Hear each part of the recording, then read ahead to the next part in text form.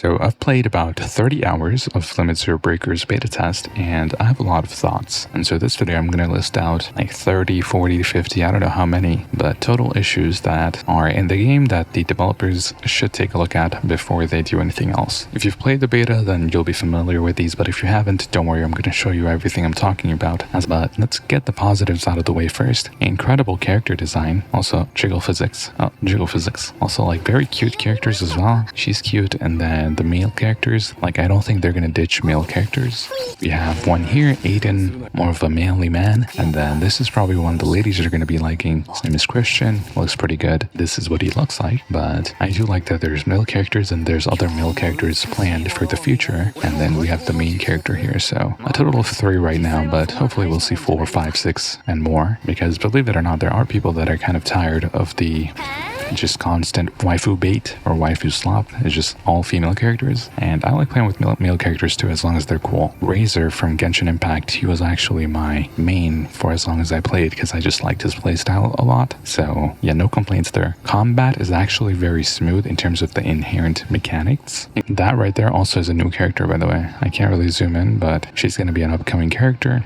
And then this lady here with the big boobs is also another character, and then she is in the story, but I think she'll be a playable character somewhere later down the line. So as you can see, we have also a lot of female characters, but would like to see the male roster some more. But combat wise, very smooth overall. Have some issues in terms of technicality, but I like what they're going for in terms of like the elemental reactions, parry, dodge, the skills. It's kind of unique, but also combining some other aspects of different games. So if they lean into their own thing and go a little bit more unique, I think they might find a market audience for it. The game overall is also very simple in terms of what you have to do. You just upgrade your characters, you upgrade your weapons, no RNG here. You just limit break them so you get more stats on your awakening effects. So if I show you here, we have awakening level 5. You start with 1, and the substat is fixed when you craft a weapon. So you don't have to worry about RNG. Potential just gives you additional stats, and these you get from summoning. Awakening is just feeding your dupes, but it's not in the game right now. And then armor is basically gear pieces. Now there is RNG with this, but you get so many gear pieces it doesn't even matter. Like I have thousands of gear pieces. As you can see, we go down, down, down. So a lot of gear pieces. So that kind of balances out the RNG aspect. And then you have skills. Just use your books, level them up. As you can see, we can't because I'm broke, but very linear progression as well. So regardless of if you're a PC player or mobile player, because you want to kind of keep it casual, it is actually pretty fun.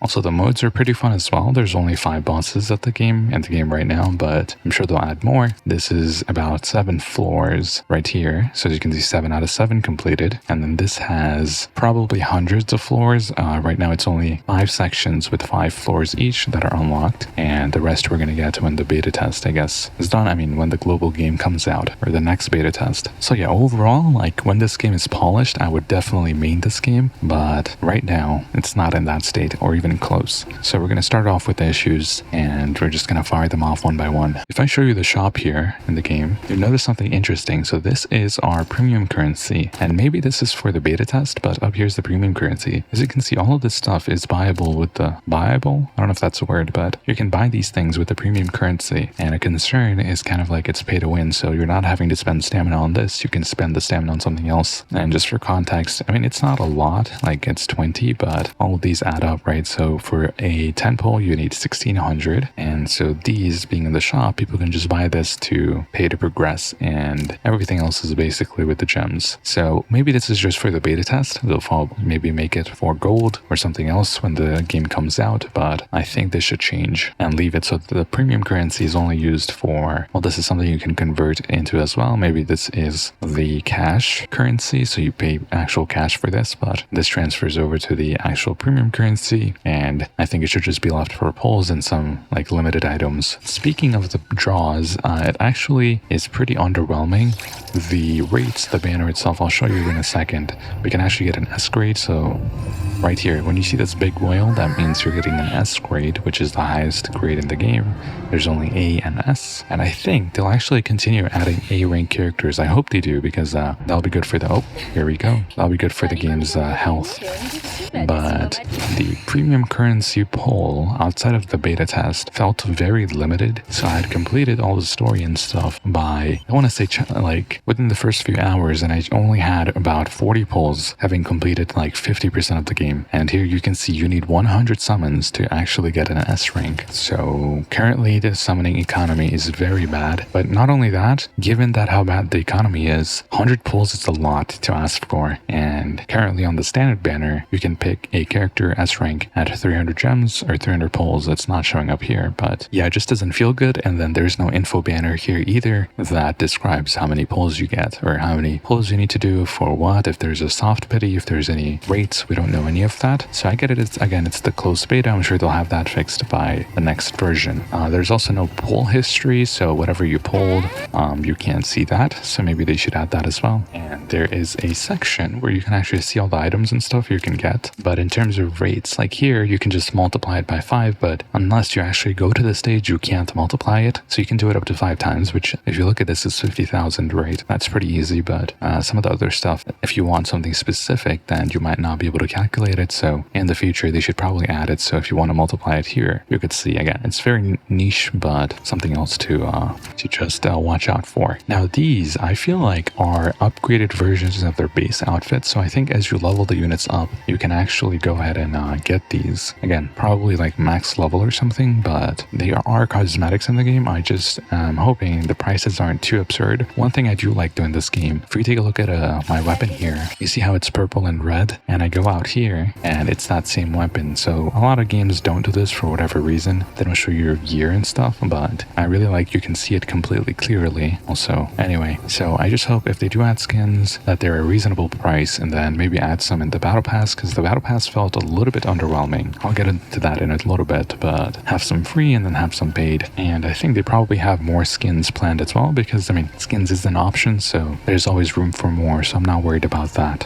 One thing that is missing though is keybinds, so you can't actually see what keys you're using after it goes away. It shows you one time in the game where you're using your keys and it tells you what each key does, and then you can't find it again. And you also can't, like I showed you, you can't set up your own custom keybinds. There's also a lot of issues with controllers. I'm not going to go over that, but like people were having issues connecting their controllers, being able to play on the game with the controller. There's also a little bit of input lag, not with the dash on PC, but other people have had an issue where if you click dodge, like here you saw it's pretty much instant, but in combat sometimes it's a little bit laggy. So in terms of technicality around the combat, there's a lot of issues that they should probably take a closer look at. But another thing, when you're doing quests up here on the top left, if you see here, you can actually select to auto do the quest, so it will actually run the whole way. So there are teleports in the map. You see these blue icons, and let's say I was up here, the character would run all the way down this path instead of just teleporting here. So that's a little bit inconvenient, which means you just have to do it yourself. Like instead of having the auto quest do it, walk you through the whole thing, you just have to teleport and walk up to the thing that you're going to. The camera distance also, like when you zoom in, it's really good. You can go all the way up close, but if you zoom out, and this is your default, and then this is all you can zoom out. So I think in terms of when you're fighting bosses, you'll see later there's a boss that flies in the sky, and I have to constantly keep looking up like this because I can't zoom out. So if I was zoomed out,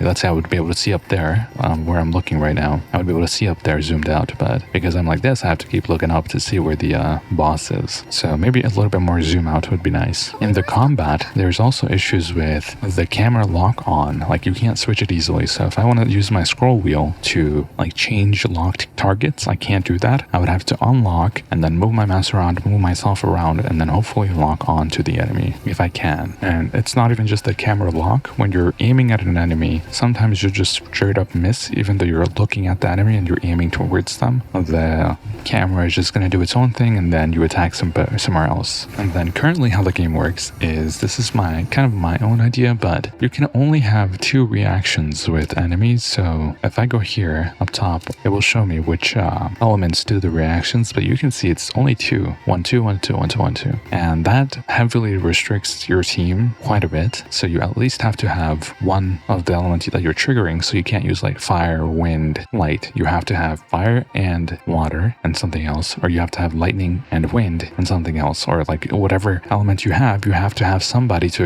accompany that. So this restricts your teams quite a bit. I hope they allow for triple elemental reactions. That would be really good. But right now still, like I could trigger the elemental reaction between, let's say, Ball and Aiden because they're the pair, and I could still use another unit to do damage, but I can't trigger reactions using that unit, so I can't use Erka to trigger reactions with either of these guys. So it would be good to have a little bit more variety in terms of the core mechanics of the game where you're doing the elemental reactions, but it's severely restricting you. And you only need 2 teams, so you're using at most 6 units at a time. Most of the time you're just using 3, but you can't even use the 6 units you want. You have to mix and match according to the elements, which is fine again, but like just a little bit more variety would be nice. And then how the overall character upgrading works is basically you need, I'll show you here, to do a few different types of stages or just have enough resources. You would do these for XP, and then you need gold for basically everything you do. This is for upgrading your weapon. And then we already showed you need a lot of these skill books to upgrade the skills of a character, which I think they should tweak a little bit. But even with the beta, the overall progression felt a little bit slow. So I have 1 maxed unit, 2 maxed units, and well, she's not even maxed. I have to give her like proper armor, but yeah, she's basically maxed. And then I have the main character also kind of maxed, but she's my strongest unit. You can see 1600 attack, 31 crit rate, and then 90 crit damage. But even then, I haven't been able to really upgrade her skills. I have to use a lot of stamina to go ahead and get these books, and then I have to craft it into these books, and then I can get it up to level 7. And then after that, you have to be level 40, so we're locked to level 30 right now.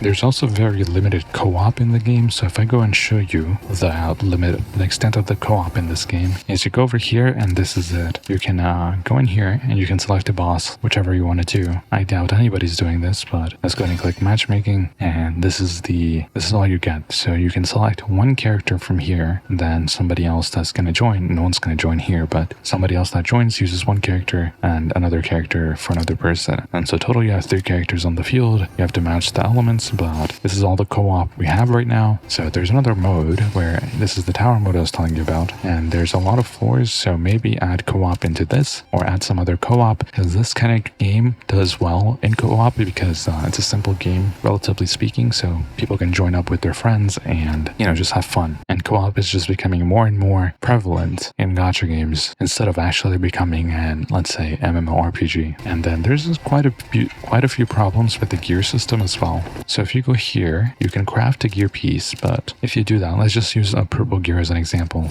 It doesn't show you your stats. Yeah, I think you should be able to see a stat or the stats of any gear piece right when you click on it from here, let's say. And then you have to go into your inventory to actually go and find that piece, which is going to be in here, which is going to take a while. And the most important thing with the gear is that they have to add a way to filter gear. There's no way to filter gear by stats, which is crazy because, like I said, we have probably 1,000 gear pieces in here that I would have to look through to get the right gear piece. And let's say I want here, I just got lucky, but attack, and then I want crit rate, crit damage, and attack again as a substat. And if there was a filter system, I could just look through it, and that would be easy, right? So like these pieces, no, not that one. Like this one, let's just say if there's a unit that scales off HP, of course I want these substats, but there's no way to find out without going through all of the gear pieces. And you have to do that for the chest, the gloves, and the boots. So please add that, please, thank you, because that will get really tiring really quickly. There are weapons in this game, so I actually like the weapon system a lot. There's no gacha. You just farm the bosses and you can craft these. I hope they add more weapons in the future, just because again, you saw that you actually see the weapons in the open world, or it's not an open world, but you get what I mean. And each character has their weapons. They're pretty easy to craft. I maxed out 2 weapons already, 3 actually. So I do hope to see more weapons, but there should also be something here. I mean, you can tell what these stats do, what crit rate, crit damage does, but these ones are a little bit more hidden. You have to go out of your way to figure these out. But there should be like information button for wherever possible, like here in the stats menu or anywhere else that you need an information button. Just add that in, because again, everybody's going to benefit from that. But with the gear pieces, I'm assuming they're going to add 4 set pieces as well, and maybe even like 6 pieces of gear in the future. But yeah, I'd like to see 4-piece sets as well, unless they're legendary sets that we just didn't have access to in this mode or in this beta test. That's still fine, but 2-piece I feel like is a little bit limiting. Keep the 2-piece sets obviously, but introduce 4-piece sets as well. There's also no way to actually see how much stamina you have until I think you can see it in the menu. Yeah, okay, so you can go in here and see it, but there's no easy way to see it. So I just beat those bosses, got some rewards, but like here or something up here. Usually in other games you can see stamina and gold up here, so I hope they add that as well. Well, stamina and gold, because you have to go to different menus to see different things. items, and then the premium currency as well, just up top. There's also a dispatch system, but you actually never get notified or anything when your characters are on dispatch. So when they come back, you're like, oh, let me just make sure they came back. So some sort of indicator. I don't think like this new indicator, there should be some exclamation indicators as well for stuff that's important.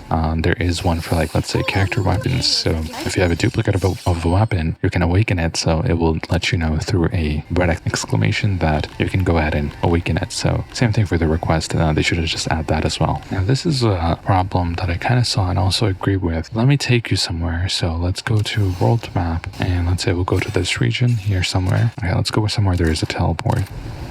Like the regions feel very empty. You have like some gatherable items here and there, but like you can see there's nothing going on. You just run through the area and let's say I go over here, but like there's nothing. You'd expect there's something to be up here, but you're actually blocked, which is fine. Again, it's an instanced game mode, so you just keep going straight. But like here, there's some stuff going on, but that's because it's a mine. But usually you don't see stuff going on. Like it's very bare bones, empty, nothing happening. So maybe they could add some life into the map as well, because again, it's not open world. So in the future beta tests, they should also give us just more resources and unlock more stuff so we can actually test it, because this test felt pretty limited. I was able to clear most of the content with it, basically, you know, a day's worth of playing, and that's really it. So I'm hoping to see more content the next time we have a beta test, but there should be some simple stuff as well for like accessibility. This is something I saw which makes sense, like subtitle settings, color blindness, or